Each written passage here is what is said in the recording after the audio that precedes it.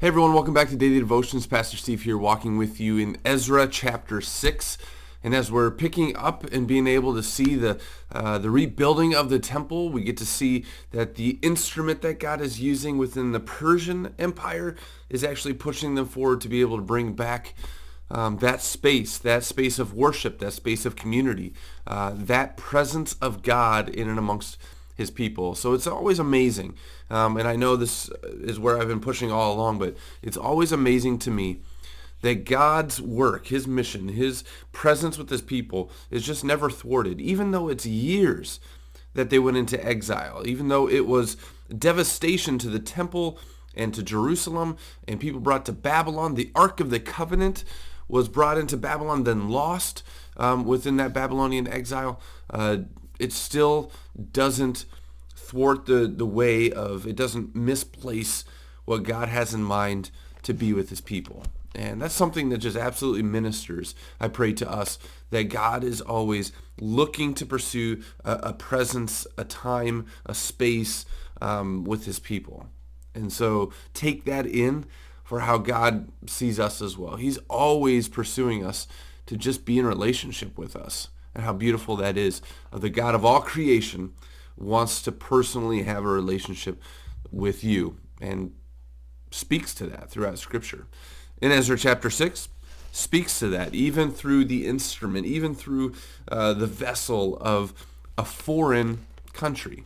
And so I want to pick up a little bit of chapter 5 right at the end there, because they're really wondering. There's the letter that went to Darius from Tattenai, the governor of Trans-Euphrates, saying, is this really supposed to be happening? They're saying that Cyrus, from years ago, the king just before Darius, issued a decree that this temple should be rebuilt, and actually they should be well taken care of by the Persian Empire to do this.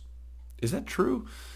And so they wrote that letter to Darius, and the last part of chapter 5, starting at verse 17, kind of picks that up, so it puts us into chapter 6. It says, now, if it pleases the king, let a search be made in the royal archives of Babylon to see if King Cyrus did in fact issue a decree to rebuild this house of God in Jerusalem. Then let the king send us his decision in this matter. So here's where we pick it up. King Darius has received this letter.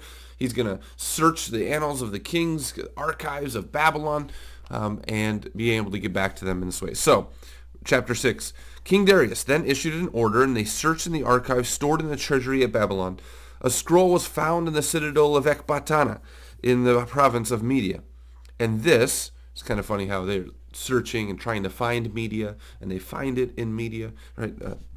And this was written on it. Memorandum. Verse 3. In the first year of King Cyrus,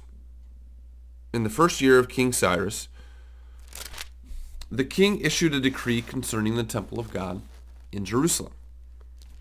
Let the temple be rebuilt as a place to present sacrifices, and let its foundations be laid. It is to be 90 feet high and 90 feet wide, with 3 courses of large stones and 1 of timbers.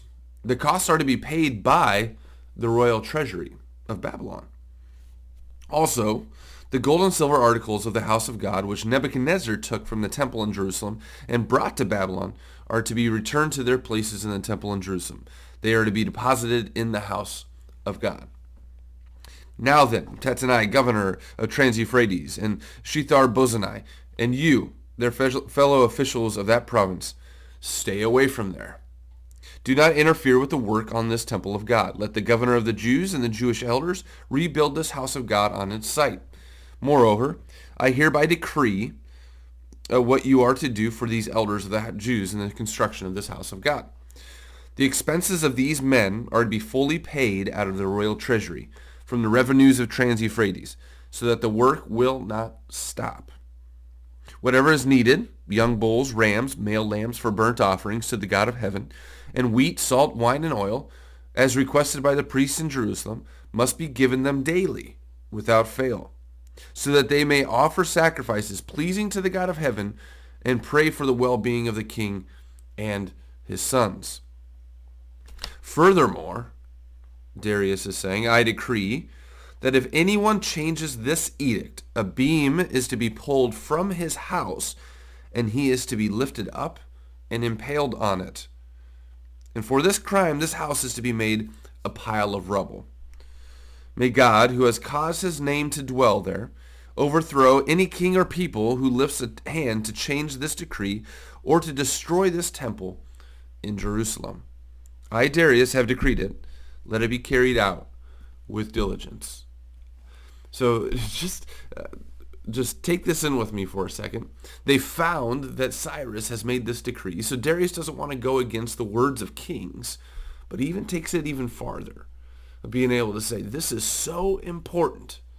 This is so important that if anybody interrupts it, if anybody steps in the way of this temple being rebuilt, where the name of the God of heaven, think about this, this is a Gentile foreign place riddled with other gods, but now he's saying this is the God of heaven, and if anybody interrupts this progress, death is to be upon him.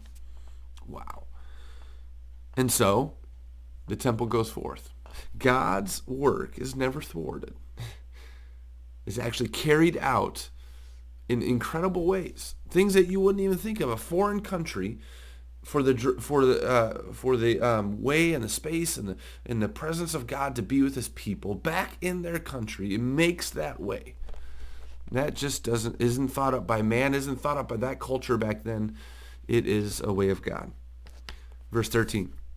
Then, because of the decree of King Darius had sent, Tattenai, governor of Trans-Euphrates, and Shethar-Bozenai and their associates carried it out with diligence. So the elders of Jews continue to build and prosper under the preaching of Haggai the prophet and Zechariah, a descendant of Iddo. They finished building the temple according to the command of the God of Israel and the decrees of Cyrus, Darius, and Artaxerxes, kings of Persia.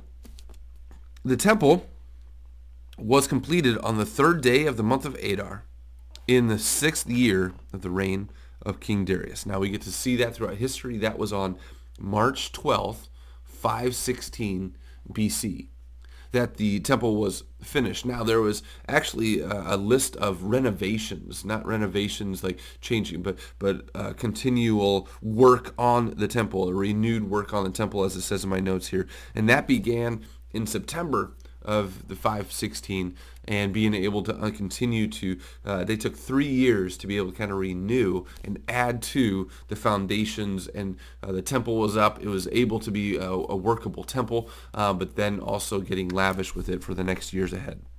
Verse 16, it says, Then the people of Israel, the priests, the Levites, and the rest of the exiles celebrated the dedication of the house of God with joy. For the dedication of this house of God, they offered 100 bulls, 200 rams, 400 male lambs, and as a sin offering for all Israel, 12 male goats, one for each of the tribes of Israel. And you might be thinking, that is pretty extravagant. That is nothing in comparison to that first Solomon's temple. Now, so people were kind of, taken back. We talked about that in the last videos. They were taken back that it wasn't as impressive as Solomon's temple. This dedication wasn't as impressive as Solomon's dedication. There's always this kind of step down, yet Zerubbabel's temple, as it's called, lasts for these hundreds of years, and being able to know that it was for the purpose. It wasn't necessarily as extravagant, but it was extravagant to the people because they were coming out of exile, and God had furnished them in a way to be able to, in this space, in his presence, from a foreign country, rather than bringing it from themselves. Pretty excited to be able to be back in the presence of God with this temple. Verse 18, And they installed the priests in their divisions and the Levites in their groups for the service of God at Jerusalem, according to what is written in the book of Moses. On the 14th day of the first month, the exiles celebrated the Passover, the greatest festival that they could have. And this was in April. This is a month later. On the 14th day, we're seeing this on April 21st of 516 as they get into that exact history. But they celebrated the Passover. Now think about this for a second. They celebrated Passover. They told the story of them, God rescuing them out of Egypt, bringing them through the waters and bringing them to the promised land. And now they're celebrating Passover. Yes, what God did out of Egypt, but now what God has done out of Babylon and rescued them and placed them once again in this place, and his presence is with them. in this festival. Verse 20, the priests and the Levites had purified themselves, were all ceremonial clean. The Levites slaughtered the Passover lamb for all the exiles, for their brothers, the priests, and for themselves. So the Israelites who had returned from the exile ate it, together with all who had separated themselves from the unclean practices of their Gentile neighbors in order to seek the Lord, the God of Israel. The people that had given themselves up and being able to actually do the practices out in Babylon, they're brought back and brought clean and brought before the God of Israel. For 7 days they celebrated with joy the feast of unleavened bread, because the Lord had filled them with joy by changing the attitude of the king of Assyria, king of Persia, but there's all these titles. Cyrus and Artaxerxes and Darius, they all took these titles because they overtook these lands. And so they are the king of Assyria, they are the king of Babylon, but they're the king of Persia. It's just a title that was assumed for this. So by the changing attitude of the king of Assyria, so that he assisted them in the work on the house of God, the God of Israel. And so if you can get this picture out of exile, and as they put this in about 516, as they dedicated this temple in March, this was almost exactly 70 years after the 586 time frame when Babylon came in and cleared out that temple. 70 years.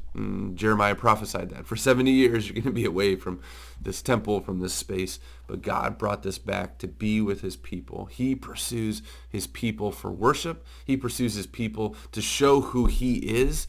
And so that when the people are in his presence, they're at peace, they have joy. It's how it's supposed to be.